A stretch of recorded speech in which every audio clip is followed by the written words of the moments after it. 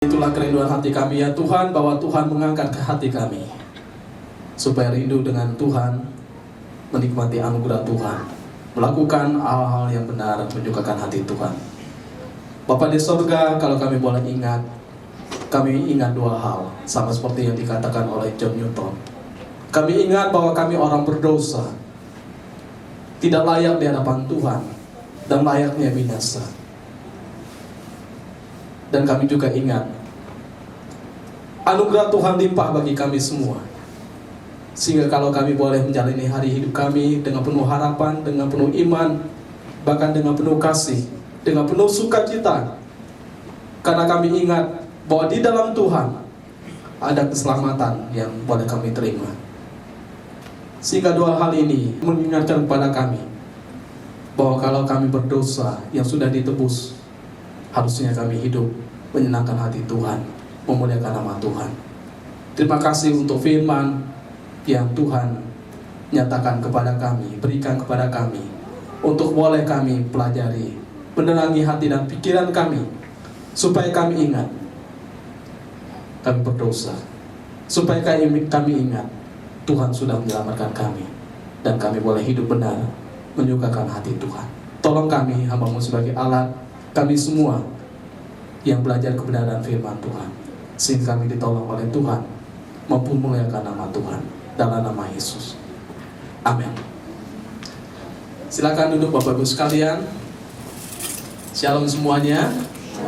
Pada hari ini kita kembali lagi memperingati Hari Jumat Agung, mengingat akan kesengsaraan, penderitaan Tuhan, kematian Tuhan bagi kehidupan kita. Saya mengajak kita memperhatikan bagian firman Tuhan dari Matius pasal 27. Matius 27 ayat 11 sampai ayat yang ke-26. Matius pasal 27 ayat 11 sampai ayat 26. Kita akan perhatikan bagian itu, dan saya mengajak kita membaca secara bergantian. Nanti pria ayat yang 11, wanita 12, demikian seterusnya, kita bergantian sampai dengan ayat yang ke-26.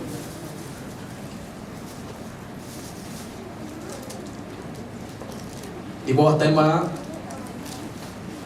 Yesus di hadapan Pilatus.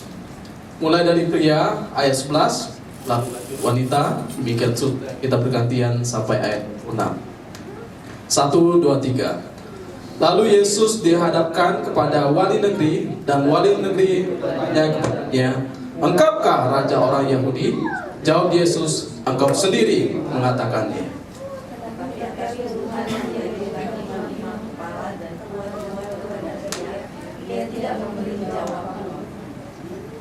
Maka kata Pilatus kepadanya, "Tidakkah engkau dengar betapa banyaknya tuduhan saksi satu ini terhadap engkau?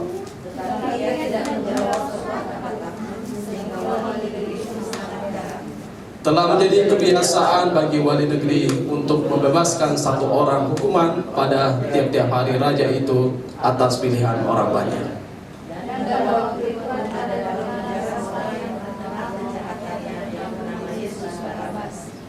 Karena mereka sudah berkumpul di sana, Pilatus berkata kepada mereka, "Siapa yang kamu kehendaki kubebaskan bagimu? Yesus Barabas atau Yesus yang disebut Kristus?"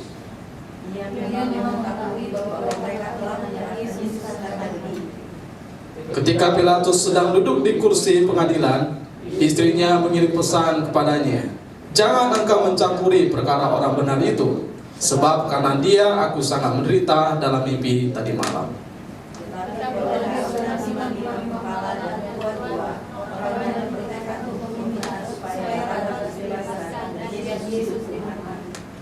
Wali negeri menjawab dan berkata kepada mereka, "Siapa di antara kedua orang itu yang kamu kehendaki kubebaskan bagimu?" Kata mereka, "Barabas." Kata Pilatus kepada mereka, "Jika begitu, apakah yang harus berbuat dengan Yesus yang disebut Kristus?" Mereka semua berseru, "Dia harus disalibkan." Katanya, "Tetapi kejahatan apakah yang telah dilakukannya?" Namun mereka makin keras berteriak, "Ia harus disalibkan." Ketika sudah disalibkan bahwa saudara sahabatnya sia-sia, malah sudah menjadi kekacauan.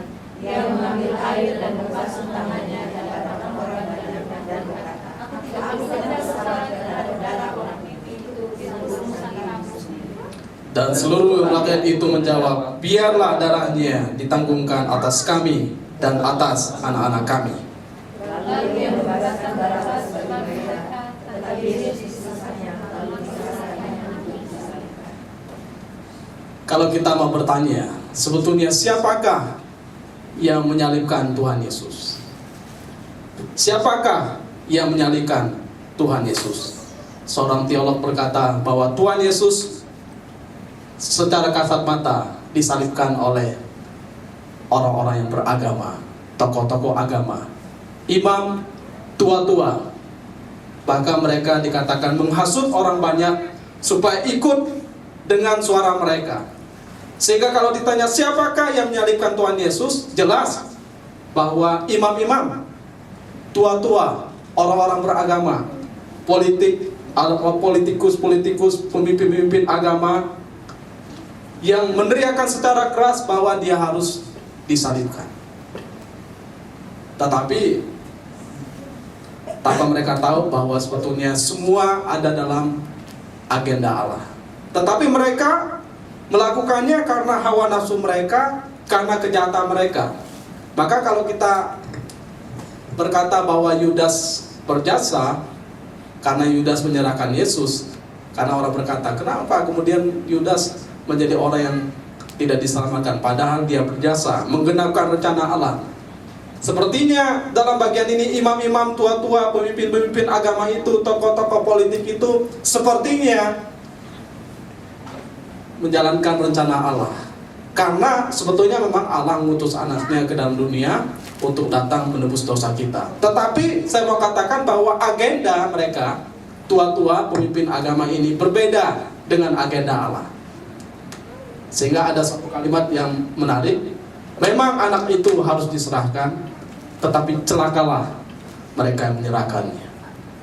Karena mereka menyerahkan karena kejahatan, bukan karena sesuai dengan kehendak Allah. Jadi kalau di sekolah teologi itu perdebatan tentang bagaimana Yudas yang harusnya dianggap sebagai berjasa, padahal Yudas jelas-jelas berbeda. Dia punya keinginan yang berbeda. Dia menyerahkan Yesus karena dia ingin mendapat uang-uang, sehingga dia berani menjual Yesus dengan 30 keping perak. Tetapi dalam bagian ini kita melihat bahwa di mana orang yang mencari keadilan, disitulah sebetulnya cenderung terdapat ketidakadilan. Di mana orang mencari kebenaran, disitulah cenderung orang menemukan ketidakbenaran. Ini sesuatu yang sangat ironi.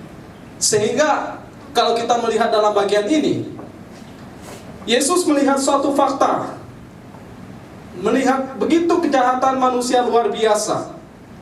Sehingga menarik ya, Yesus waktu pelayanan dia banyak bicara.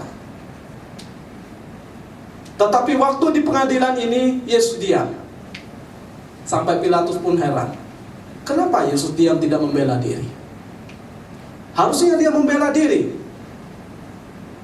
Tapi ada seorang pengkhotbah berkata, ini suatu keagungan. Ada saatnya seseorang itu berbicara, tetapi ada saatnya seseorang memang berdiam diri. Ini keagungan, ini suatu keseimbangan. Ada saatnya orang memang harus berbicara, tapi ada saatnya orang harus berdiam diri. Yesus, kalau kita perhatikan ayat 11 sampai 14, dia berdiam diri. Lalu Yesus dihadapkan kepada wali negeri, dan wali negeri bertanya kepadanya, engkaukah raja orang Yahudi? Jawab Yesus, engkau sendiri mengatakannya. Tetapi atas tuduhan yang diajukan imam, kepala, dan tua-tua terhadap dia, ia tidak memberi jawab apapun. Maka kata Pilatus kepadanya, tidakkah engkau dengar betapa banyaknya tuduhan saksi-saksi ini terhadap engkau? Tetapi ia tidak menjawab suatu kata pun, sehingga wali negeri itu pun sangat heran. Kalau kita perhatikan dalam bagian ini, ada saatnya seorang yang agung memilih untuk berbicara. Tapi waktu dia berbicara, ada suatu rahasia, ada suatu hikmat, ada suatu waktu yang pas, tepat di sana. Tetapi ada saatnya seseorang berdiam. Jadi jangan ngomong terus. Ada saatnya kita harus berdiam. Sehingga saya belajar dari cara Tuhan menciptakan dunia ini. Tuhan menciptakan hari pertama sampai hari yang ke-6. Hari yang ke-7 Tuhan mengajarkan kita untuk beristirahat, berdiam, menikmati segala keagungan pekerjaan Tuhan bagi kehidupan kita. Ada saatnya kita sibuk bekerja, lakukan ini dan itu. Ada saatnya waktu kita datang pada Tuhan, sujud di hadapan Tuhan, mengetahui bahwa kita tidak mampu tanpa Tuhan. Jadi kita bekerja, datang pada Tuhan, bekerja lagi, datang pada Tuhan lagi. Dalam bagian ini mengingatkan kepada kita bahwa Yesus, dia berdiam, bukan dia tidak bisa membela dirinya. Yesus berkata, kalau dia mau undang malaikat begitu banyak untuk membela dia, dia bisa. Tetapi memang dia sengaja untuk membiarkan tuduhan-tuduhan itu mengalir, menimpa atas dirinya. Ya, saya pikir saat-saat seperti itu sepertinya saat-saat di mana kita melihat kayaknya Yesus ini tidak berdaya. Sepertinya Yesus ini kok membiarkan orang memperlakukan dia secara tidak masuk akal. Tuduhan-tuduhan, saksi-saksi palsu yang menuduh ini dan itu. Mereka berkata bahwa Yesus itu menghina bait Allah. Yesus itu mengaku-aku diri sebagai Allah. Yesus itu tidak menghormati Musa dan tradisi orang Yahudi. Jadi begitu banyak tuduhan-tuduhan yang diberikan kepada dia. Tapi tak kenapa dia pada waktu itu berdiam. Seorang wali negeri Pilatus sangat heran. Kenapa dia ini berdiam? Tapi waktu saya mulai mempelajari, merenungkan, memang Yesus membiarkan diri untuk diperiksa, untuk digugat, untuk diganggu keberadaan dirinya. Orang coba mencari celah untuk memeriksa tentang dia, siapa dia sebetulnya. Sebetulnya mereka tidak punya alasan untuk menangkap dia, menyiksa dia, bahkan menyalibkan dia. Tidak ada. Dan Pilatus sendiri mengakui bahwa tidak ada ditemukan kesalahan, satu titik pun tidak ada. Ya, kalau saudara mencari kesalahan saya, banyak kesalahan saya. Tetapi mencari kesalahan Yesus tidak ada. Sehingga waktu saya baca, seorang yang diam bukan berarti dia seorang yang hina, yang bodoh, yang menyatakan bahwa ia benar, bahwa dia orang bersalah. Tidak. Tapi memang dia sengaja membiarkan situasi itu terjadi karena dia tahu selama ini memang dia melakukan tugas tanggung jawabnya, dan saat ini berdiam, dia tahu waktu Allah telah tiba bagi dirinya. Yohanes 19 ayat 4 sampai dengan ayat yang ke-8, saya baca buat kita. Pilatus keluar lagi dan berkata kepada mereka, "Lihatlah, aku membawa dia keluar kepadamu supaya kamu tahu bahwa aku tidak mendapati kesalahan apapun padanya." Lalu Yesus keluar bermahkota duri dan berjubah ungu. Maka kata Pilatus kepada mereka, "Lihatlah manusia itu." Ketika imam-imam, kepala dan penjaga-penjaga itu melihat dia, berteriaklah mereka, "Salibkan dia! Salibkan dia!" Kata Pilatus kepada mereka, "Ambillah dia dan salibkan dia, sebab aku tidak mendapati kesalahan apapun padanya." Jawab orang-orang Yahudi itu kepadanya, "Kami mempunyai hukum dan menurut hukum itu ia harus mati, sebab ia menganggap dirinya sebagai anak Allah." Ketika Pilatus mendengar perkataan itu, bertambah takutlah ia. Menarik ya, orang kafir coba melakukan aturan-aturan sesuai dengan hukum yang berlaku. Setelah dicek, karena tidak mudah untuk memutuskan, apalagi ini hukuman yang harus hukuman mati, disalib. Waktu dicek, dicari kesalahannya ini dan itu, tidak ditemukan. Orang yang sudah terbiasa menghukum orang yang sudah terbiasa berhadapan dengan orang-orang yang jahat, memang dia memperlakukan hukum itu dengan baik. Coba dicari kesalahan Yesus apa sebetulnya? Tidak ada. Tapi orang teriak, "Salibkan dia! salibkan dia. Sampai Pilatus berkata, kalau gitu kamu bawa dia, kamu salibkan dia. Mereka nggak mau menyalibkan dia, tetap memakai Pilatus untuk menyalibkan dia. Sampai Pilatus pun berkata bahwa dia sangat gemetar, sangat takut.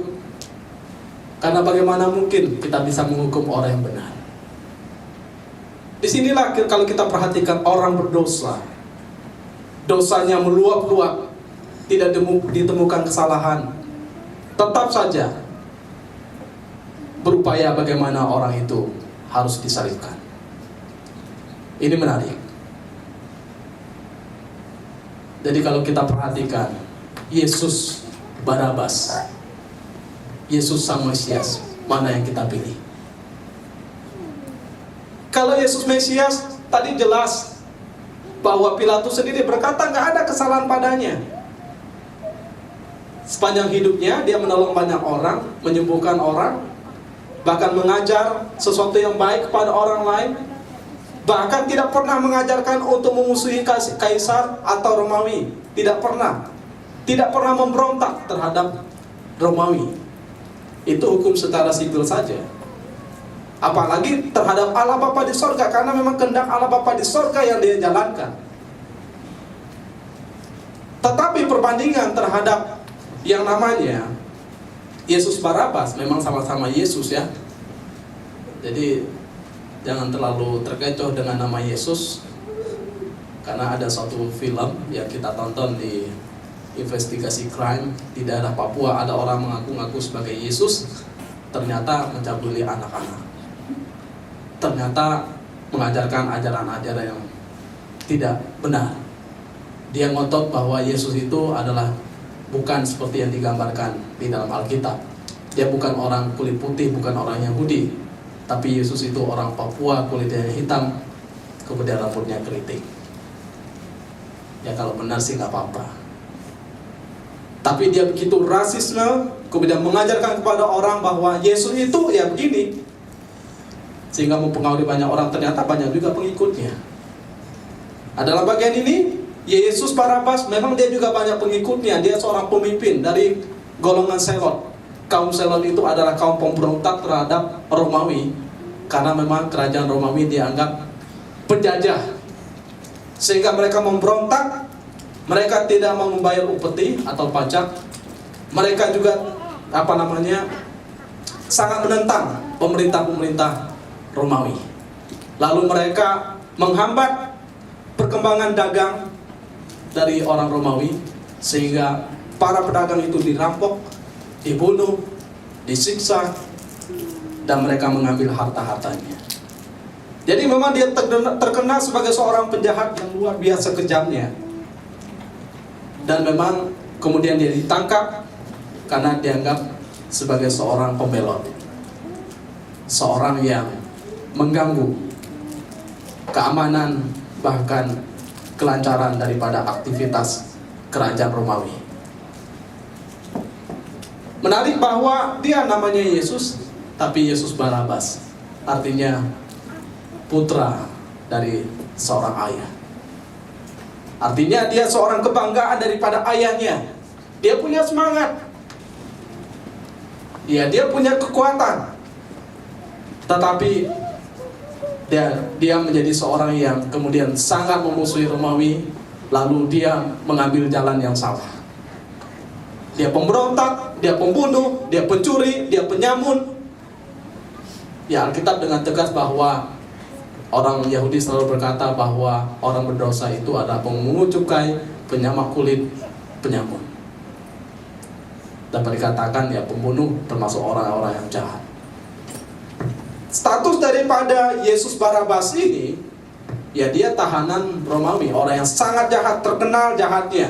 Dikatakan ayat yang ke-16, dan pada waktu itu ada dalam penjara seorang yang terkenal kejahatannya yang bernama Yesus Barabas. Dia sudah sangat terkenal kejahatannya. Kalau Yesus terkenal kebaikannya, kasihnya, pengajarannya yang benar, tidak diragukan lagi, semua orang tahu tentang hal itu. Tetapi menarik bahwa karena ada dengki, maka imam-imam, tua-tua, dan orang banyak dihasut. Sehingga ada kalimat di ayat 12, dituduh. Tetapi ada tuduhan yang diajukan imam-imam, kepala, dan tua-tua terhadap ia. Lalu karena mereka juga bukan hanya memberikan tuduhan-tuduhan, tetapi ada sesuatu yang terselubung sebetulnya yang muncul dalam hati mereka. Ayat 18, Pilatus mengetahui bahwa mereka telah menyerahkannya atau menyerahkan Yesus karena dengki. Yesus seorang yang benar, dicari kesalahan tidak ditemukan. Masa sih Pilatus bodoh itu tidak mampu menemukan kesalahan Tuhan Yesus? Kalau memang betul dia seorang penjahat. Tetapi karena orang dengki, maka dituduh dengan tuduhan-tuduhan yang palsu. Ya, kita tahu bagaimana tuduhan-tuduhan itu berlangsung. Yang memang saya pikir bahwa ya sebaik-baik apapun kita, ya kalau orang tidak suka dengan kita, tetap saja ada suatu tuduhan-tuduhan yang diajukan, yang disampaikan kepada kita. Memang saya selalu berpikir bahwa apa yang dikatakan oleh Paulus sesuatu yang mungkin pernah dia alami. Maka dia kemudian berkata, awasilah dirimu, awasilah ajaranmu. Karena tuduhan-tuduhan itu datang dari berbagai sisi. Itu bisa datang dari luar, itu bisa datang dari dalam, oleh seorang penjahat, bahkan oleh seorang yang menganggap dirinya pemimpin agama.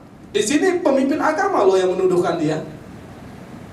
Mereka yang mengajarkan kebenaran, mereka yang mengajarkan hukum-hukum Tuhan, hukum-hukum Taurat, mereka yang menuduhkan tuduhan yang palsu itu. Sehingga kalau kita perhatikan, Yesus Barabas orang yang jahat, orang yang terkenal berdosa. Ya tentu di hadapan manusia dan di hadapan Tuhan. Tetapi Yesus orang yang terkenal, sebetulnya tidak ditemukan kejahatannya. Semua orang tahu, tetapi dicari cara bagaimana supaya dia tetap disalibkan. Akhirnya kemudian nggak menemukan, otot-ototan, harus disalibkan, pokoknya disalibkan. Nah kalau udah modal pokoknya ya susah. Dicari sesuai dengan hukum nggak ditemukan, lalu orang berupaya dengan omongannya, ya pokoknya harus disalibkan. Ini merupakan sesuatu yang sesuatu yang menurut saya perlu kita perhatikan dalam kehidupan kita. Bahwa kalau kita mau jujur, apakah betul bahwa Kristus harus disalibkan? Tetapi bagian berikutnya yang saya perhatikan bahwa memang pada hari Paskah itu ada kebiasaan untuk membebaskan satu orang pada hari Paskah. Sekarang siapa yang harus dibebaskan? Ya Pilatus mungkin secara politis dia ingin supaya mereka janganlah memilih Yesus karena Yesus tidak ditemukan kesalahannya. Berharap tetap Barabas yang dipilih supaya Barabas ini tetap di penjara, kemudian Yesus yang selamat. Ternyata prediksi dia salah. Orang tetap ngotot supaya Yesus yang disalibkan, Barabas yang dibebaskan. Coba kita pikir secara logika sehat. Seorang penjahat yang melakukan kejahatan, pembunuhan, pencurian, perampokan, dan ini berbahaya. Bukan hanya bagi masyarakat secara umum, tetapi juga bagi negara. Karena jelas-jelas Yesus Barabas ini adalah seorang yang dikatakan sebagai seorang yang memusuhi negara. Mereka memberontak, dia memimpin pemberontakan terhadap Romawi, penjajahan Romawi. Mereka tidak mau membayar upeti, mereka sengaja menghambat perdagangan supaya lebih lancar, membunuh banyak orang. Coba kita bayangkan, kalau ini posisi yang harus kita pilih, siapa yang kita pilih? Yesus Barabas atau Yesus Sang Mesias atau Yesus Kristus untuk dibebaskan? Siapa yang kita pilih? Kita pasti memilih Yesus Kristus, karena dia tidak berdosa, karena tidak ada kesalahan apapun. Kalau bisa seorang Yesus Barabas ini cepat dihukum mati. Karena memang kebiasaannya adalah selain daripada membebaskan satu orang, ternyata kebiasaannya adalah pada hari Paskah memang semua orang yang terkena kejahatannya, yang sudah dijatuhi hukuman mati, ini Barabas sudah dalam penjara sudah lama, tinggal menunggu hukuman mati, dan hukuman itu adalah hukuman salib. Jadi tiba-tiba berubah. Harusnya dia kesalib, tetapi dibebaskan. Malah waktu kita nonton filmnya ya, kayaknya happy sekali dia, sampai dia ketawa-ketawa. Ada sebuah perasaan sepertinya apa ya? Wah, senang sekali, bebas. Saya waktu lihat filmnya, sepertinya dia senang sekali. Aduh, saya jengkel juga. Kok seorang penjahat dibebaskan, Yesus Kristus menderita? Ya saya jengkel. Tapi setelah saya pelajari, setelah saya mulai bergumul, kalau kemudian Yesus dibebaskan, Yesus Barabas yang disalibkan, siapa yang menyelamatkan kita? Bagi kita mengesalkan, kenapa seorang penjahat kemudian dibebaskan, yang harusnya segera hukuman mati, dan Yesus harus segera diloloskan. Itu mengesalkan. Tetapi kemudian kita secara rohani berefleksi, sebetulnya itu terjadi pada kita.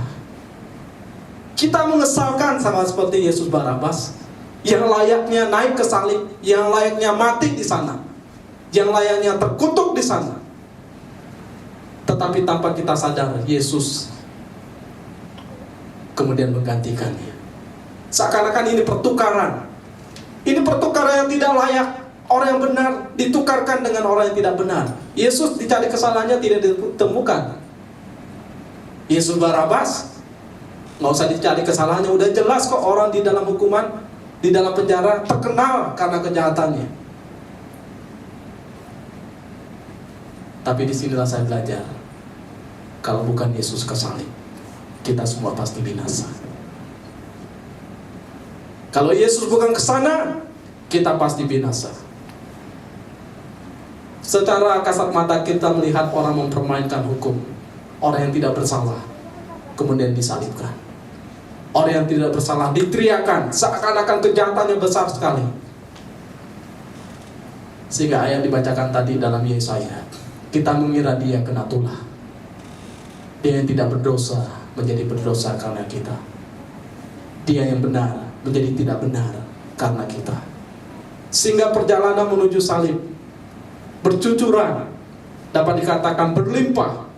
Bagaimana berkat-berkat Tuhan dialirkan kepada orang berdosa. Berkat Tuhan dialirkan kepada perempuan yang berbuat zina. Berkat Tuhan juga dialirkan kepada Sakeus pungut cukai.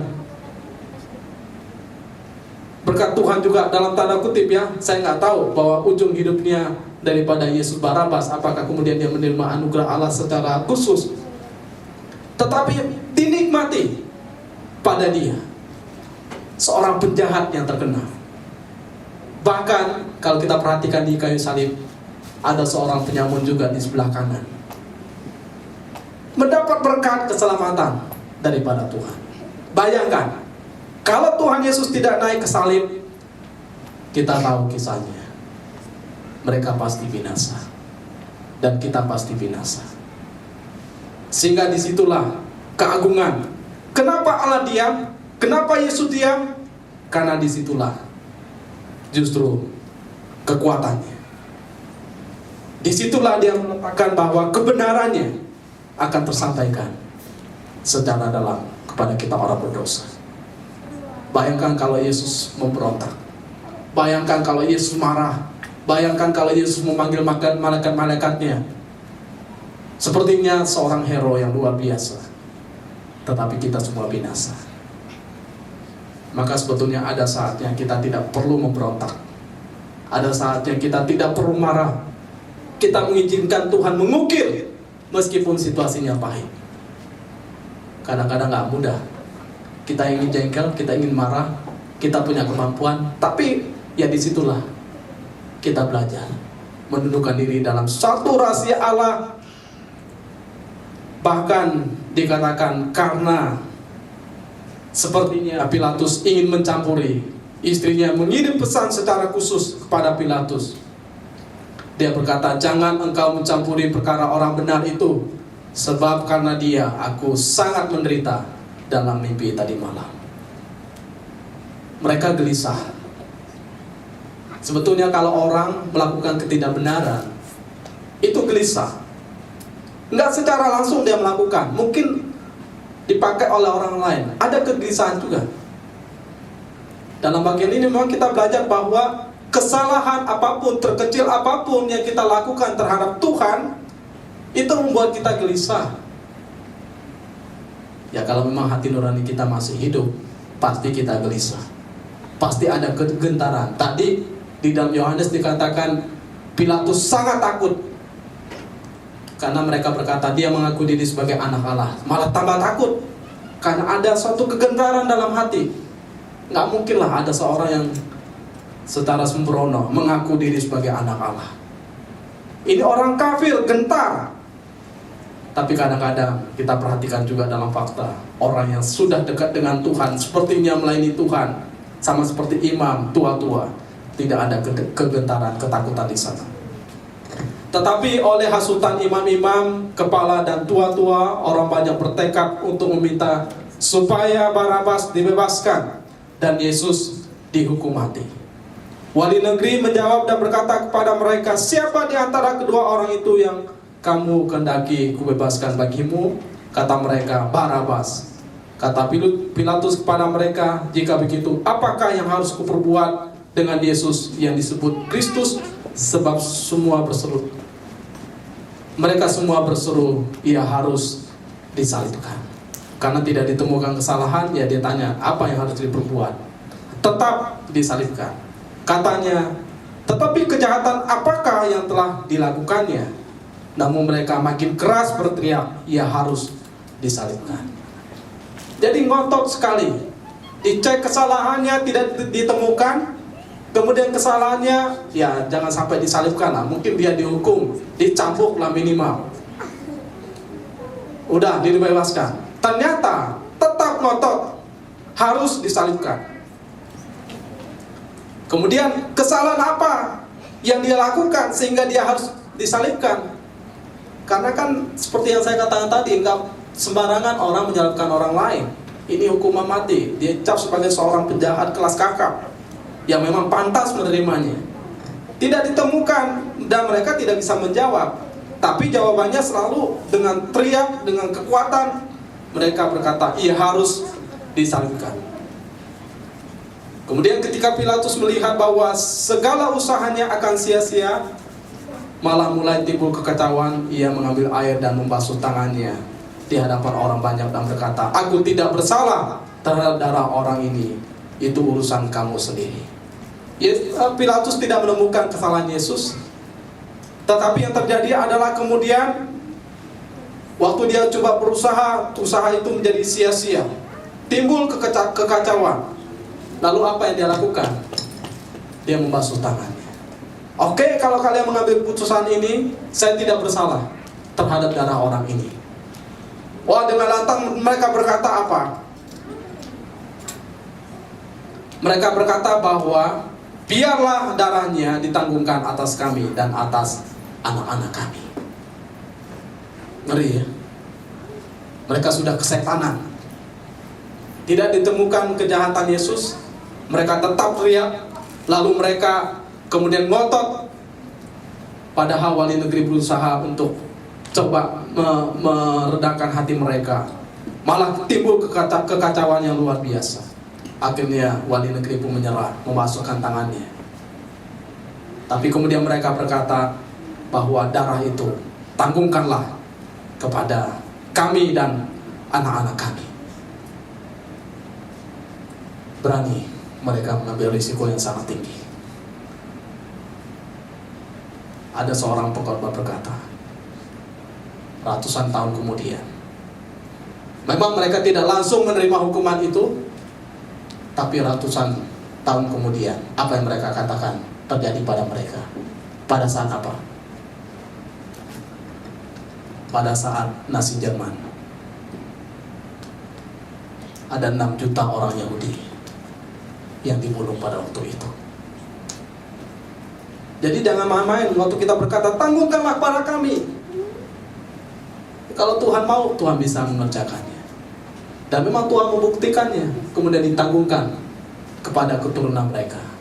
6 juta orang Yahudi meninggal, dibunuh pada waktu kejadian Holocaust.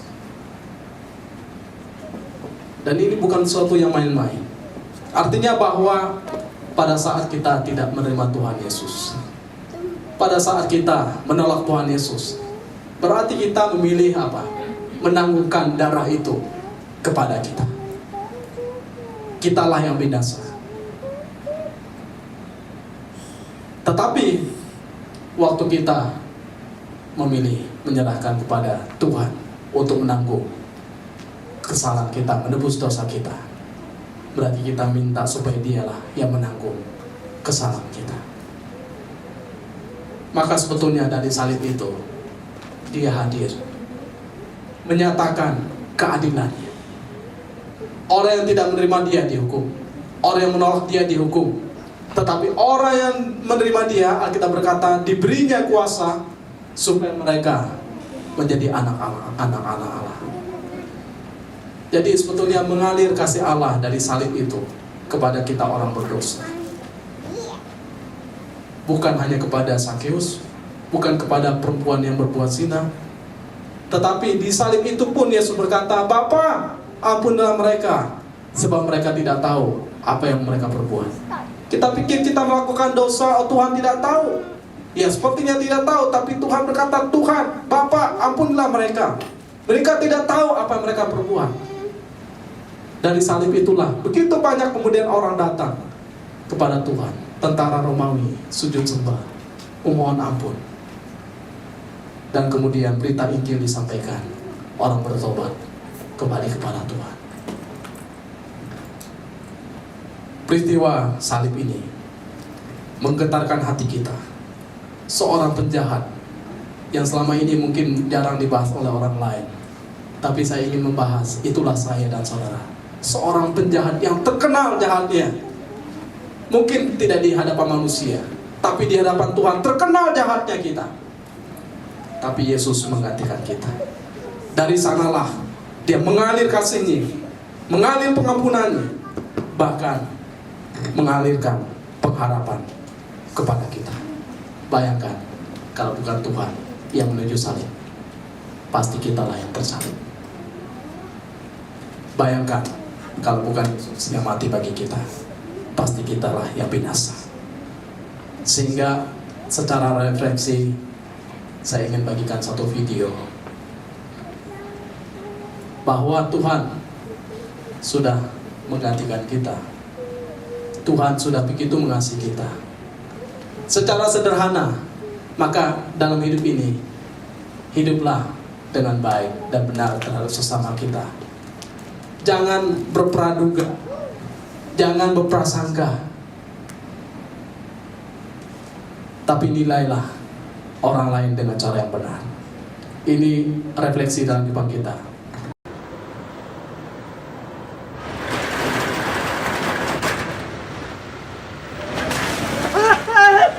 Cho mày này không mày. Mày bị gì thôi này.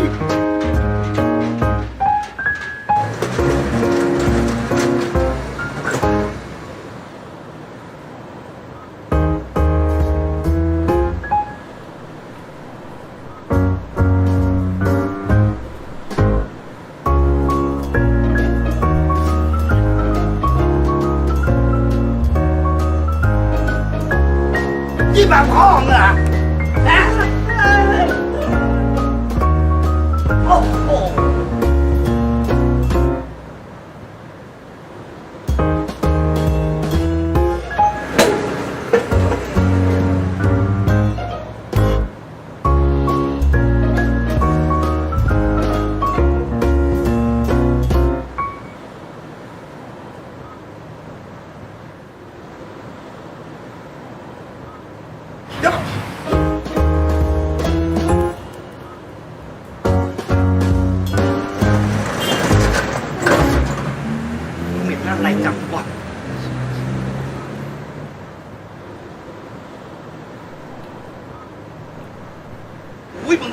านกูเหรอไอ้เป็น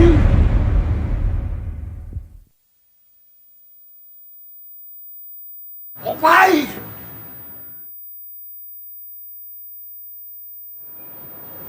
มันไปทำอะไรให้ปลานักหนา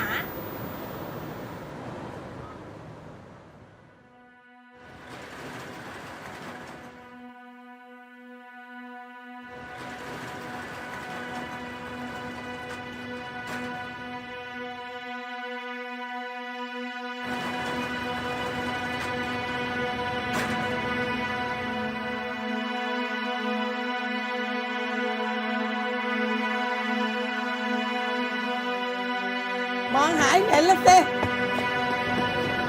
โอ้ย มันไม่อยู่แล้ว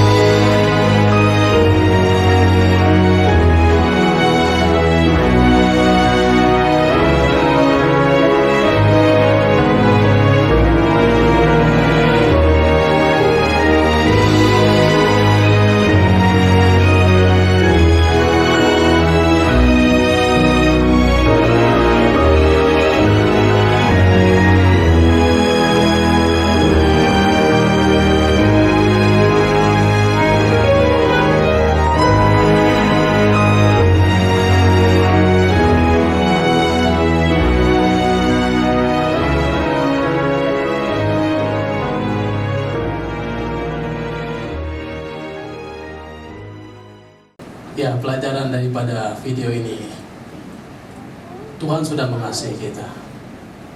Tapi dalam hari-hari kita seringkali kita mempunyai prasangka, bahkan memusuhi orang, yang karena memang mungkin dalam hati kita ini sudah dasarnya jengkel, akhirnya prasangka muncul, kemarahan, kebencian terhadap orang lain, terhadap teman kita, terhadap orang tua kita, terhadap rekan di kantor kita, terhadap suami, terhadap istri. Padahal sebetulnya kalau kita mau kembali kepada kasih Tuhan, Tuhan sudah mengasihi kita. Sekarang kita alirkan kasih itu kepada orang lain. Ini video sangat inspiratif, menolong kita untuk jangan berprasangka. Sepertinya dia tadi orang gila ya. Sepertinya dia mengganggu, bau, tapi dituduh seakan-akan dia yang kencing, dia mengganggu dan sebagainya. Padahal justru dialah yang menjaga tokonya. Waktu orang mau merampok, waktu orang buang sampah, waktu orang kencing di depan tokonya, justru dialah yang menghalau. Apa yang ingin saya katakan berkaitan dengan yang saya sampaikan hari ini? Dan hubungan dengan Tuhan pun, kita sering berpikir bahwa Tuhan mengganggu kita, sehingga kita marah, kita kecewa. Tuhan bukan Tuhan yang menyenangkan. Tuhan jadi seakan-akan menjengkelkan dalam kehidupan kita. Dalam hubungan kita dengan orang lain, kita belajar, kalau Tuhan sudah sedemikian mengampuni kita, marilah kita mengampuni orang lain.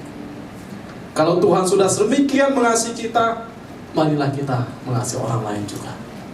Jangan sampai terlambat. Jangan sampai sedih mencari-cari lagi. Saya selalu katakan, jangan sampai terlambat. Kalau orang itu sudah pergi, mau nangis darah, kita nggak ada kesempatan lagi. Tapi saat kita masih hidup dan orang itu masih hidup, lakukanlah yang terbaik. Tuhan sudah menderita, Tuhan sudah mengasihi kita dan dengan kasih-Nya yang sempurna, sehingga patutlah seharusnya kita kembali kepada Dia. Tidak ada kata terlambat. Semasa kita masih hidup, ada kesempatan bagi kita datang kepada Tuhan, bertobat, mengasihi orang lain, melakukan tugas tanggung jawab kita dalam hari-hari kehidupan kita dalam pelayanan. Mari kita berdoa.